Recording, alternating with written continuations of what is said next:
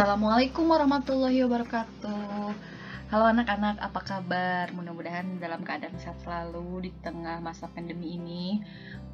Kalian tetap jaga kesehatan, tetap menerapkan protokol kesehatan di tempat kalian PKL ataupun di rumah. Nah, kali ini Ibu akan menyampaikan materi tentang laporan praktik kerja lapangan. Bagaimana sih cara menyusun laporan untuk PKL, lalu penulisannya seperti apa, susunannya seperti apa, dan lain sebagainya. Yang pertama yang harus kalian pahami itu ketentuan pembuatan laporan. Laporan dibuat tiap kelompok perusahaan sesuai materi bidang khusus. Diketik 1,5 spasi, jadi spasinya itu 1,5. Huruf standarnya Times New Roman dengan ukuran 12. Atau kalian kalau mau menggunakan Arial juga boleh, ukurannya 11. Isi laporan minimal antara 50 halaman atau lembar. Nah, Ibu akan jelaskan dulu tentang tiap kelompok. Tiap kelompok di sini maksudnya di satu perusahaan ada anggotanya 3 orang. Berarti kalian membuat laporannya, pembahasan laporannya 1. Tapi laporan yang 1 ini nanti dicetaknya 3 rangkap. Jadi buat laporannya, pembahasannya hanya 1, dicetaknya 3 rangkap. Lalu bagaimana yang siswanya PKL-nya di satu tempat, tapi dia 1 orang, tetap membuat laporan, berarti anggotanya hanya 1 orang. Nah, di bidang khusus ini yang kalian pelajari di tempat PKL. Contohnya, bidang khusus fotografi, berarti nanti laporannya membahas tentang fotografi. Dari fotografi ini kalian ambil satu materi yang pernah kalian dapat. Misal selama 3 bulan ini kalian mendapatkan materi tentang setup foto makanan. Nah, itu menjadi judul dan pembahasan untuk laporan PKL-nya. Atau PKL-nya di percetakan. Misal di percetakan kan banyak ya yang kalian terima materinya atau tugasnya atau pekerjaannya, contohnya bikin desain, bikin logo, bikin flyer, bikin banner, dan lain sebagainya, bikin kartu nama. Dari semua tugas yang pernah kalian dapatkan, kalian ambil 1 atau 2 materi yang bisa kalian jadikan judul. Contohnya membuat banner. Nah, karena membuat banner itu kan langkah-langkahnya sedikit, kalian nanti di pembahasannya tambahkan lagi. Judulnya bisa kalian rangkum menjadi laporan praktik kerja industri membuat media promosi desain pada PT Cerutu misalnya gitu. Jadi media promosi itu banner, kartu nama, flyer, dan lain sebagainya. Nanti yang dibahasnya. Nah, untuk jenis hurufnya kalian tidak boleh menggunakan comic sans lain sebagainya, karena laporan praktik kerja lapangan itu bersifat resmi. Jadi harus mengikuti kaidah-kaidah penulisan. Nanti kalian bisa pilih Times New Roman atau Arial. Nah, format laporannya terdiri dari yang pertama ada cover. Nanti Ibu kita lihat sama-sama contoh laporannya. Yang kedua, halaman judul. Yang ketiga, lembar pengesahan. Lembar pengesahan ini ada 4 orang yang menandatangani. 1, pembimbing sekolah. 2, kepala sekolah.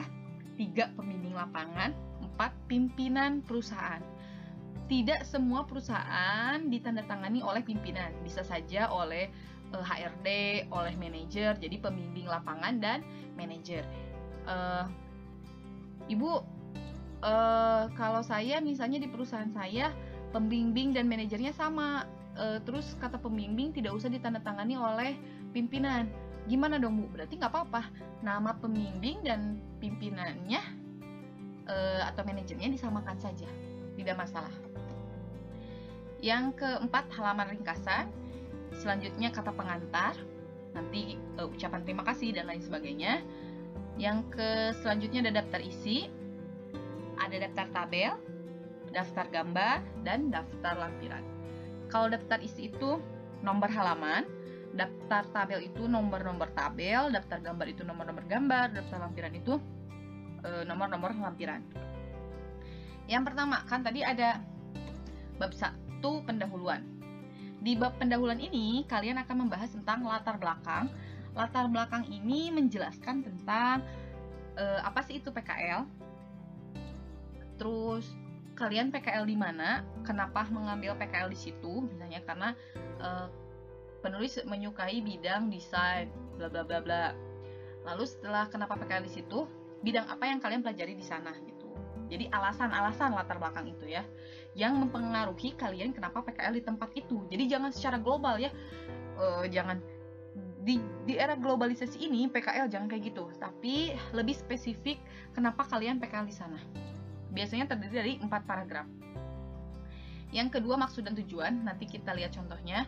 Maksud PKL itu untuk apa, tujuannya itu untuk apa. Tempat dan waktu. Tempatnya kalian di mana, waktunya dimulai dari tanggal berapa sampai dengan tanggal berapa. Lalu metode. Metodenya ini ada 3, nanti kita bahas.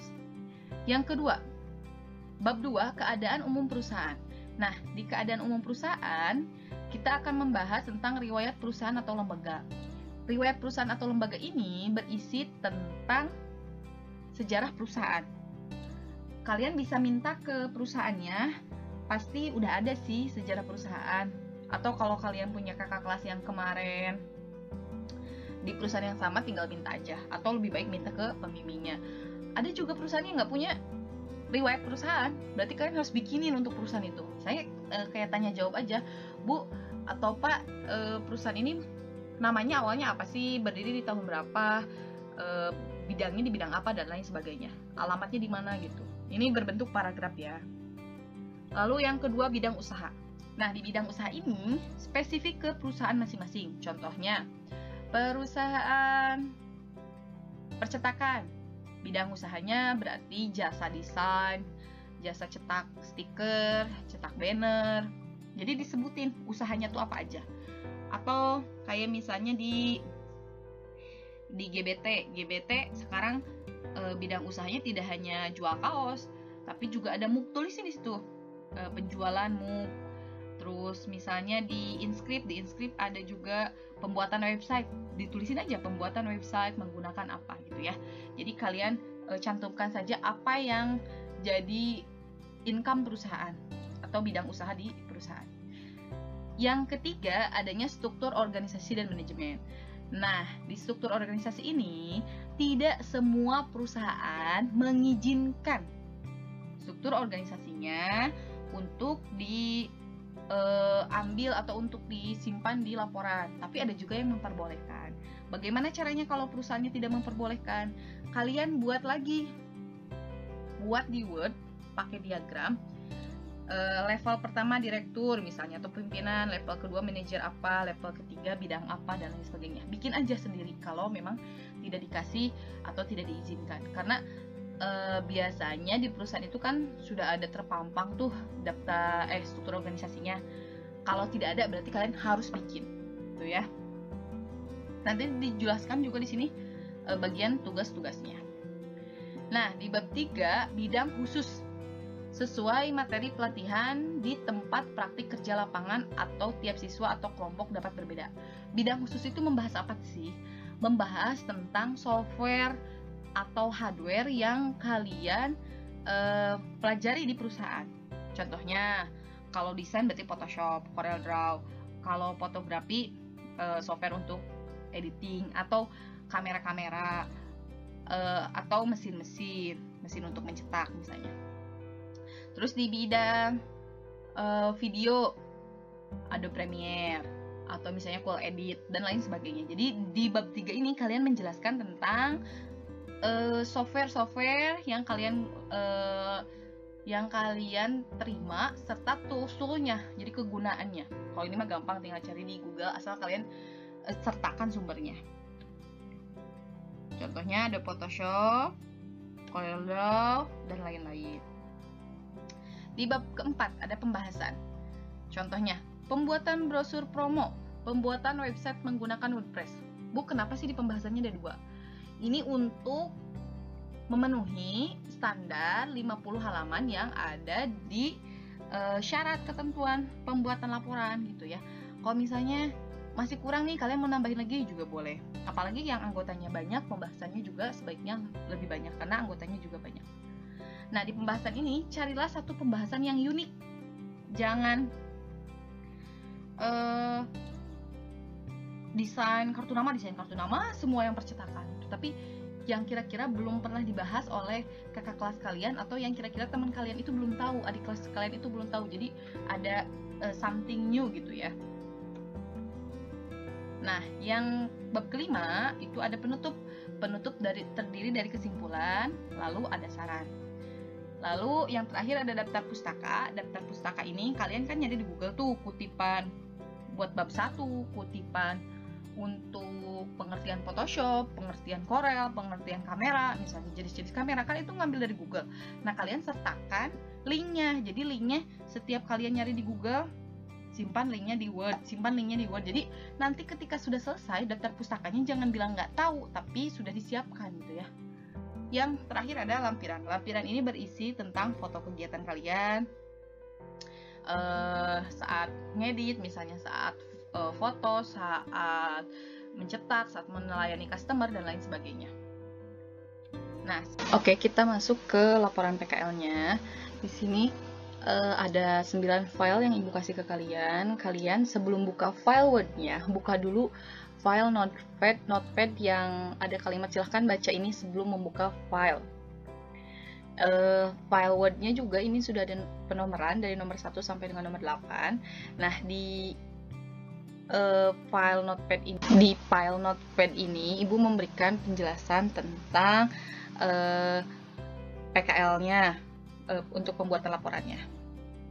Nah, terutama di sini nih, ketika kalian masuk sekolah, lagi laporan harus sudah selesai.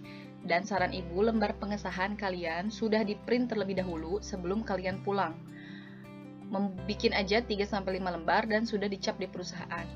Terutama untuk yang PKL-nya di luar kota, kayak Lisa, Agun, Adrian di Guten misalnya, atau yang di Bogor, Bagas, Paija, itu usahakan sudah membuat lembar pengesahan gitu ya, dan sudah dicap bagian pembimbing dan pimpinannya. Jadi nanti ketika pulang laporannya sudah selesai, tinggal dijilid, tinggal tanda tangan sekolah berarti. Nanti silahkan dibaca dulu yang ini. Masuk ke 1 titik cover. Jadi ini lembar yang pertama yang harus kalian buat sebelum masuk ke bab 1. Nah, di cover ini yang pertama akan Ibu jelaskan yaitu judul. Di sini judulnya pembuatan desain situs web template di CV Syntax Studio Sukabumi. Yang harus kalian pahami bahwa pembuatan judulnya itu harus segitiga ke bawah. Seperti ini. Ini gambar segitiga. Tidak seperti ini. Contoh. Nah, ini acak-acakan. Jadi gambarnya itu harus semakin bawah itu semakin mengkerucut gitu ya. Atau seperti ini. Desain situs web template. Nah, ini nggak boleh. Jadi judul itu harus kalian perhatikan, harus segitiga ke bawah. Nah, penulisan judul ini juga jenis hurufnya Times New Roman, size-nya 14. Jadi kalau untuk size judul khusus 14, tapi kalau untuk isi itu size-nya 12. Nah, sebelum lanjut ke logo dan lain sebagainya, Ibu akan menjelaskan dulu tentang layout. Untuk layout, size-nya itu atau ukuran kertasnya menggunakan A4. Lalu untuk orientation-nya portrait, untuk margin-nya ini kalian pilih custom margin.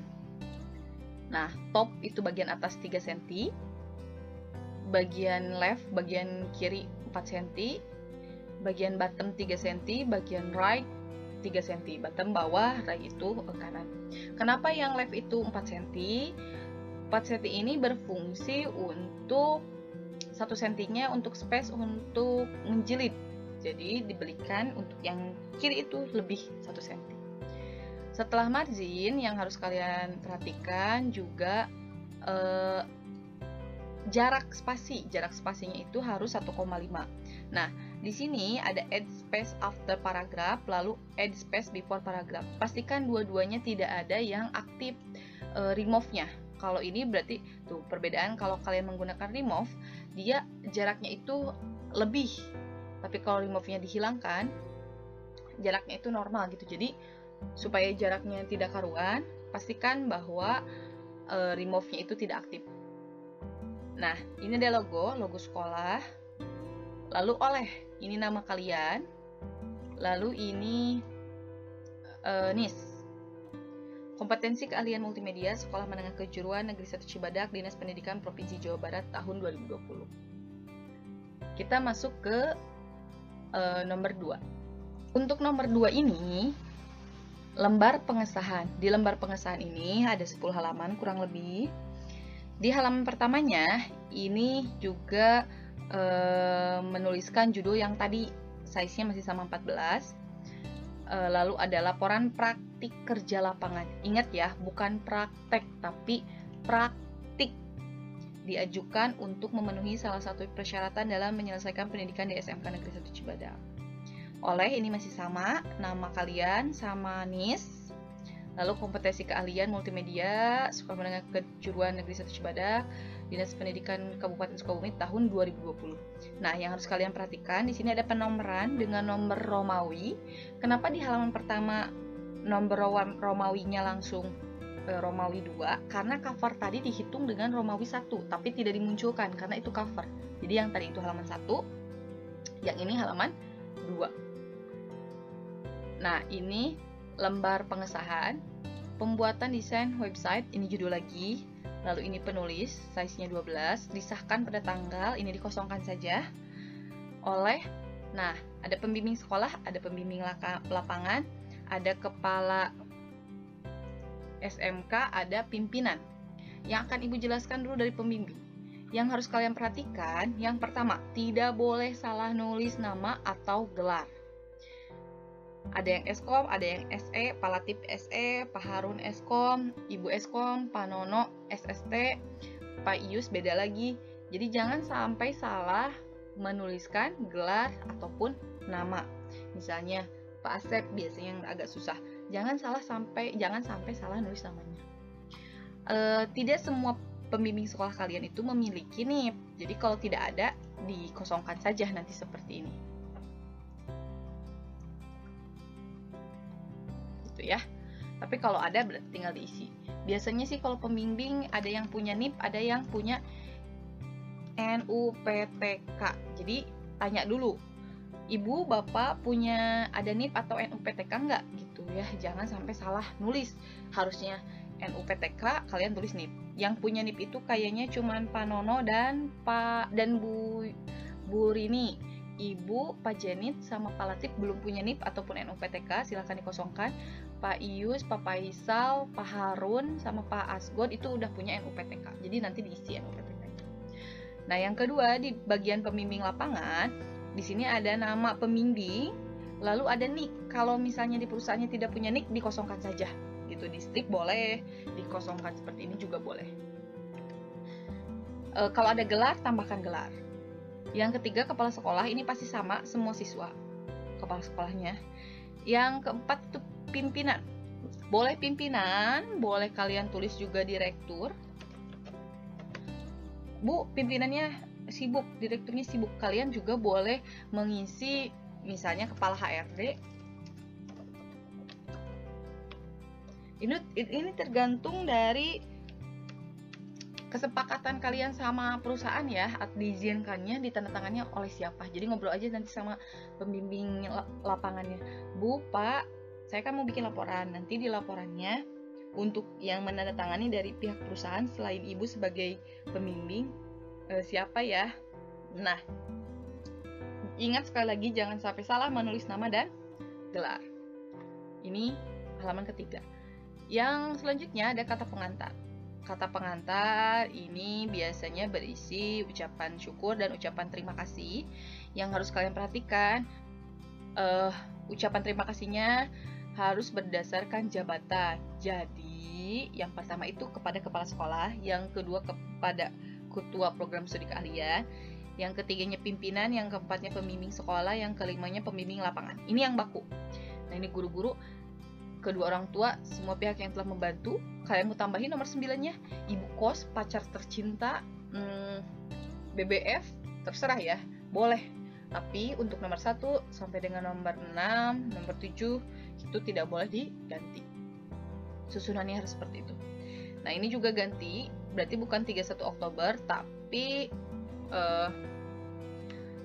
November, 30 November aja. 30 November 2000. Jadi kenapa ini Ibu merah-merahin? Nanti kalian ini bloknya ganti, jangan merah ya. Ganti jadi blok hitam. Nah, kenapa merah? Berarti itu ada artinya yang harus bagian-bagian yang harus kalian ganti. Lalu ini ada daftar isi. Daftar isinya nanti saja dikoreksinya setelah kalian selesai mengisi dari bab 1 sampai dengan bab 5. Oke, nanti Ibu sambil jelaskan.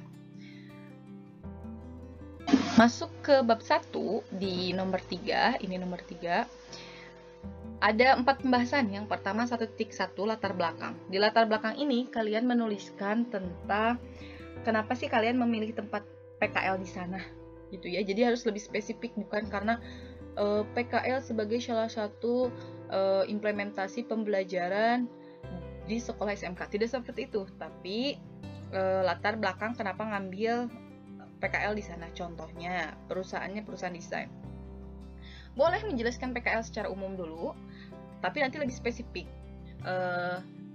Misalnya CV Bumi Mandiri bergerak di bidang outbound yang memerlukan media promosi sebagai salah satu penunjang penjualan. Media promosi sekarang ini masih banyak. Sekarang ini masih bergerak.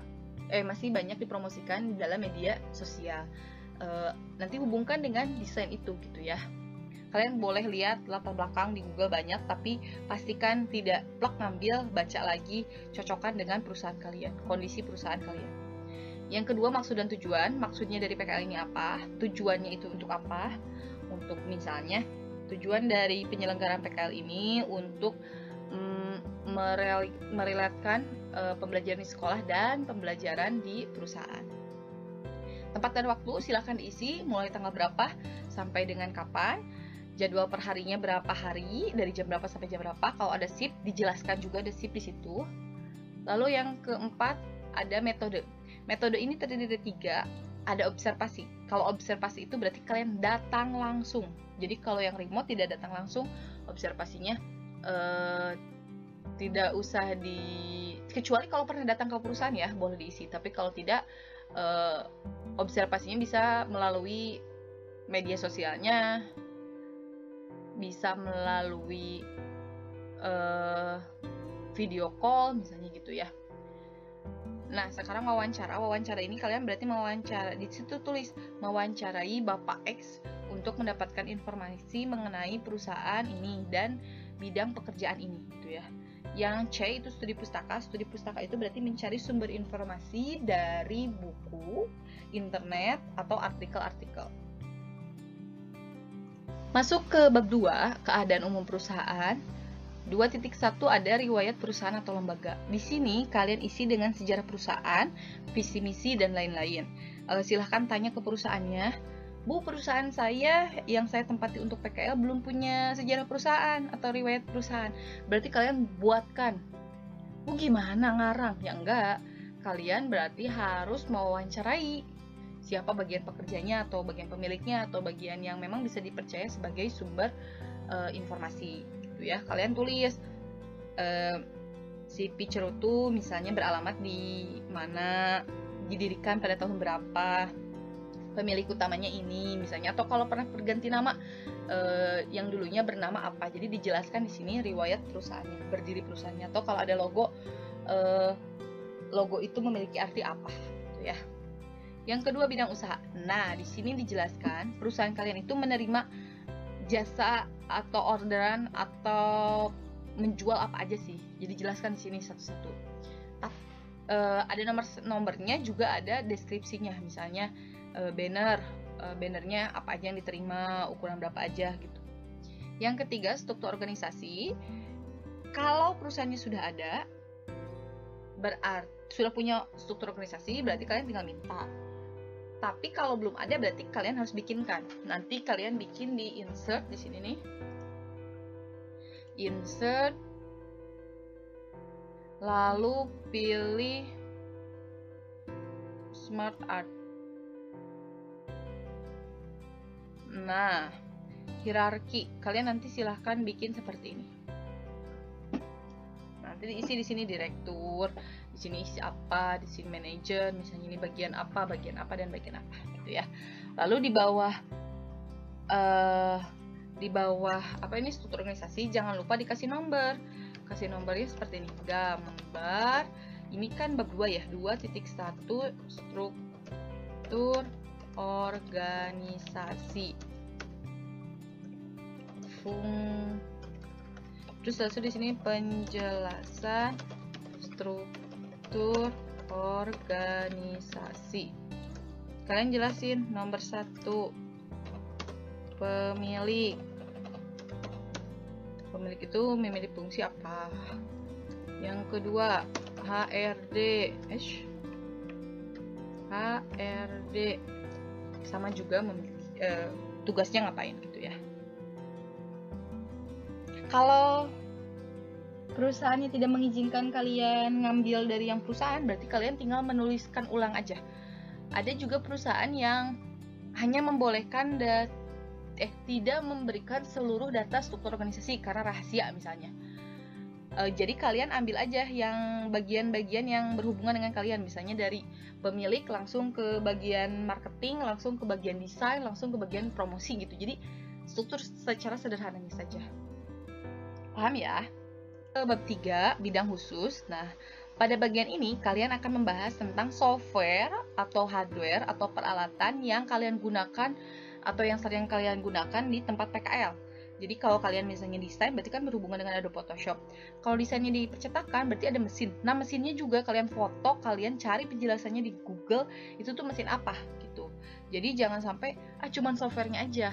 Tapi juga harus ada hardware dan alatnya gitu ya. Kalau kalian fotografi berarti, Bu saya nggak pakai software misalnya.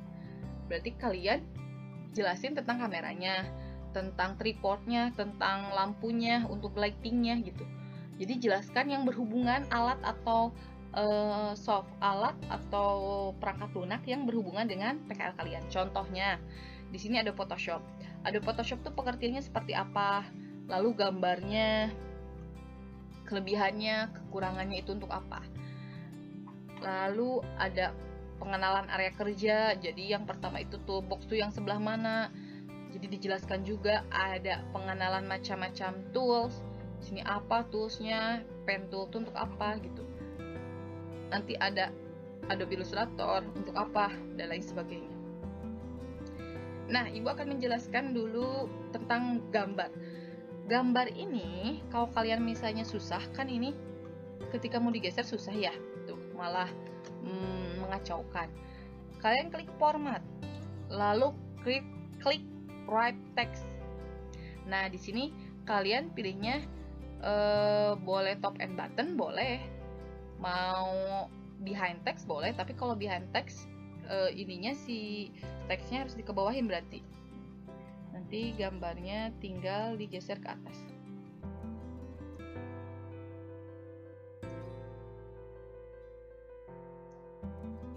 Nah, gitu supaya gambarnya, kenapa write text-nya di format ini diganti untuk memudahkan pemindahan posisi gitu ya. Nih, ini kan bisa digeser-geser. Nah, gambar ini dikasih nomor berdasarkan letak bab dan urutan gambar. Gambar 3.1 artinya gambar ini ada di bab 3 di nomor gambar per nama. Terus ini tuh menampilkan tentang apa, menjelaskan tentang apa. Lalu gambar 3.2 berarti gambar di bab 3 nomor 2 gitu ya. Terus sampai dengan gambar 3 titik berapa yang ada di bab 3 ini. Oke, yang selanjutnya yaitu bab 4 pembahasan. Di bab 4 ini kalian membahas tentang materi yang akan kalian yang akan kalian tulis di laporan PKL. Boleh lebih dari satu materi. Contohnya, Bu, saya kan di perusahaan fotografi. Kalau pembahasan tentang tag foto itu terlalu sedikit, misalnya hanya dapat 4 lembar. Boleh nggak Bu, saya nambahin tentang cara ngedit misalnya, atau kolase foto, boleh. Atau tidak harus berhubungan dengan software. Contohnya, cara setup layout studio, cara setup layout kamera, cara setup layout lighting gitu. Jadi boleh tidak harus berhubungan dengan software, hardware. Atau kalian cara pemeliharaan printer, banner, cara menambahkan tinta gitu. Jadi tidak harus berhubungan dengan software selalu gitu ya. Justru yang kayak bagaimana sih menambahkan tinta untuk printer, banner itu kan, itu teman adik-adik kelas kalian itu kan tidak tahu. Justru laporan ini supaya adik-adik kelas kalian ketika membaca, oh PKL di sini seperti ini gitu. Jadi ada bayangannya. Nah, di sini di bab 4 pembahasan 4.1-nya itu membuat website. Ini di bab 4 itu sama halnya seperti kalian membuat tutorial. Jadi dijelaskan yang pertamanya itu ngapain. Nah, ini gambar 4 ya, karena ada di bab 4 gambarnya nomor 1. Yang kedua itu ngapain, dijelasin dulu, baru ada gambar, ada penomoran gambar. Yang ketiga itu ngapain gitu. Sampai dengan proses ini selesai atau jadi. Ini kan layoutnya seperti ini. Kita lihat hasilnya seperti ini gitu ya. Nah, hasilnya seperti ini. Paham ya? Nah, ini berarti 4.2.